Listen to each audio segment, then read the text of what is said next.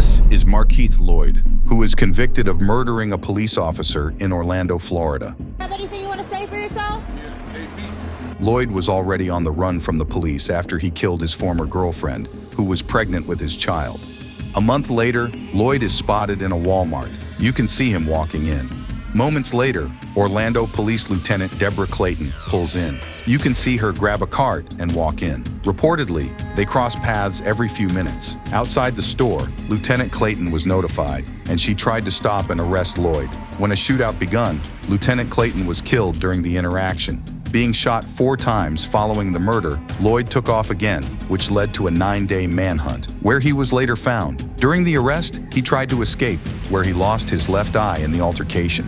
I'm breaking the relationship with somebody else I absolutely don't know nothing about. And they frame me. Here in court, Lloyd took the stand. Reportedly, he believed everyone was out to kill him. And I was just reacting, Mayor. I was just reacting. Even when they opened the door, I just reacted. I fired 2 shots, I just reacted. The jury then found him guilty. It really hurts deep down inside. This is Lieutenant Clayton's sister giving a victim impact statement. She stood in the place as my mother when I didn't have one. I truly miss my sister. I truly miss her. And this is the moment that Lloyd hears, that the jury unanimously recommends the death sentence. We, the jury, unanimously find that the defendant, Markeith Lloyd, should be sentenced to death.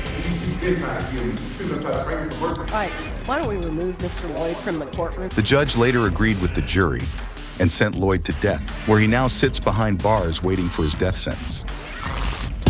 This is Nico Jenkins, who was convicted on 4 counts of murder when he went on a killing spree in the span of 10 days in Omaha, Nebraska. At 15 years old, Jenkins was sent to a youth correctional facility and served a 10-year sentence in prison for carjacking and assault. A month after his release, Jenkins shot and killed 2 individuals in a robbery. 8 days later, his next victim was a former inmate he originally met in prison. He was shot and killed in his own garage. 2 days after that, Jenkins killed his 4th victim in a carjacking. Jenkins was arrested for unrelated charges, but it was here that cops were able to pin the ammo used in one of the killings to Jenkins. You not realize I got Nico Jenkins? Do you not realize that? I got Nico Jenkins. I got you. What do you mean you got me? I got your DNA at the murder scene. I got your DNA in the car. Sir. I got the weapon. I got Nico Jenkins. Jenkins pleaded no contest to 4 counts of first-degree murder. He also waived his right to a jury trial, meaning a 3-judge panel will decide if he is innocent or guilty. Each one of these murders was a deliberate and planned act. The victims were pre-selected and the murders were purposeful. After Jenkins is found guilty of all 4 murders, he sits still with a little movement. And now comes his sentence. Therefore, this panel finds that the death penalty is appropriate, should be, and is hereby given for each of the 4 murders by the defendant. As Jenkins is sentenced to death, he seems to be completely unfazed. He is currently incarcerated at the Nebraska State Penitentiary, awaiting his death sentence. This is Michael Brady, who attempted a prison escape that resulted in the death of 4 prison workers at Pasco Tank Correctional Institution in North Carolina. I stabbed him like 4 to 8 times. I hit Jeffrey Howe until he stopped moving. I don't know how many times I hit him with a hammer. Brady was facing 24 years in prison for an attempted murder conviction after he shot at a North Carolina state trooper. And 4 years into his sentence, Brady and 3 other inmates brutally murdered 4 prison workers with hammers and scissors. That man, Michael Brady, beat that man, George Midget, like he was trying to bust concrete. Brady then tried to hop a fence, but then was captured at gunpoint. It was like a bloodbath, and I stepped in between Jeffrey and Wendy, and I slid trying to get in because the whole elevator floor was nothing but blood. During the trial, the prosecutors argued that Brady was the one who planned the attack and had no remorse for the killings. We know who originated the plan. We know who led the plan. After Brady is found guilty, he now takes the stand at his sentencing. I'm up here to tell the truth. You can ask me anything you want. I'm gonna tell the truth. Whether it hurts me, whether it helps me, I don't care about that. You don't believe you're crazy, do you? You know, I don't think I'm crazy, no. And you do know the difference between right and wrong. Yes. So you know murder is wrong. Murder is a different name for death, but yes. Your freedom meant more than their lives. Yes. And now the judge reads out the jury's recommendation. The jury unanimously recommending that the defendant be sentenced to death. Brady seems completely emotionless, and the judge later agrees on the death penalty, where now sits locked up in Colorado awaiting his death sentence. This is Martez Abram, who is convicted on 2 counts of murder for the killings of 2 Walmart employees in South Haven, Mississippi.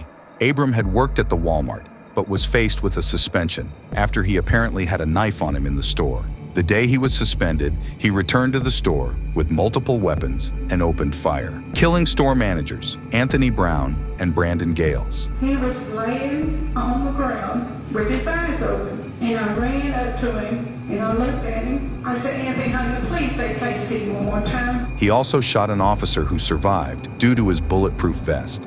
Once I got out of my vehicle, I heard gunshots and I felt the pressure of the bullet hit my back.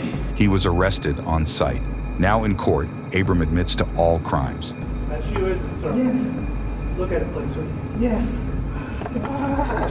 Mr. Gale is on the floor going down at this point, isn't he? Yes. Okay, and that's you shooting him, right? Yes. Look at the screen, sir. Yes. That's you shooting him? Yes. Can you admit that you shot him in cold blood? Yes. You shot him again, didn't you?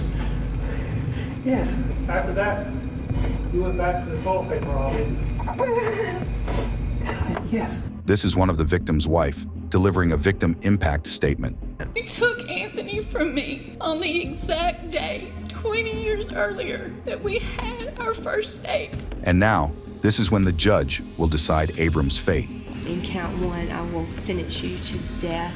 Count 2, you will be sentenced to death. In count 3, you will be sentenced to life in the penitentiary. As Abram hears that he will be receiving the death penalty, he stands silently, where he now sits on death row awaiting his execution. This is Austin Myers and Timothy Mosley. They were both convicted of murdering 18-year-old Justin Back in Waynesville, Ohio. The 2 men, Myers and Mosley, went to Back's house in an attempt to rob a safe that belonged to his father. During the robbery, Back was strangled with a choke wire.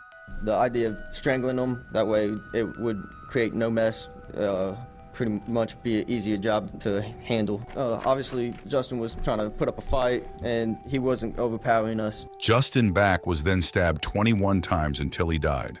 Justin was trying to ask us why. He was pleading to stop and pretty much begging for his life. On trial, Mosley testified against Myers to obtain a plea bargain, where he pled guilty and was sentenced to life in prison. Finally, for Myers, he takes the stand in front of the jury, asking them to spare his life for his family in hopes of avoiding the death sentence.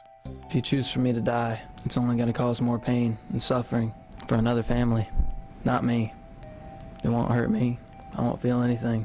It's going to hurt more innocent people. This is now the father of Justin Back speaking. I'm not going to stand up here and tell you how much I hate you.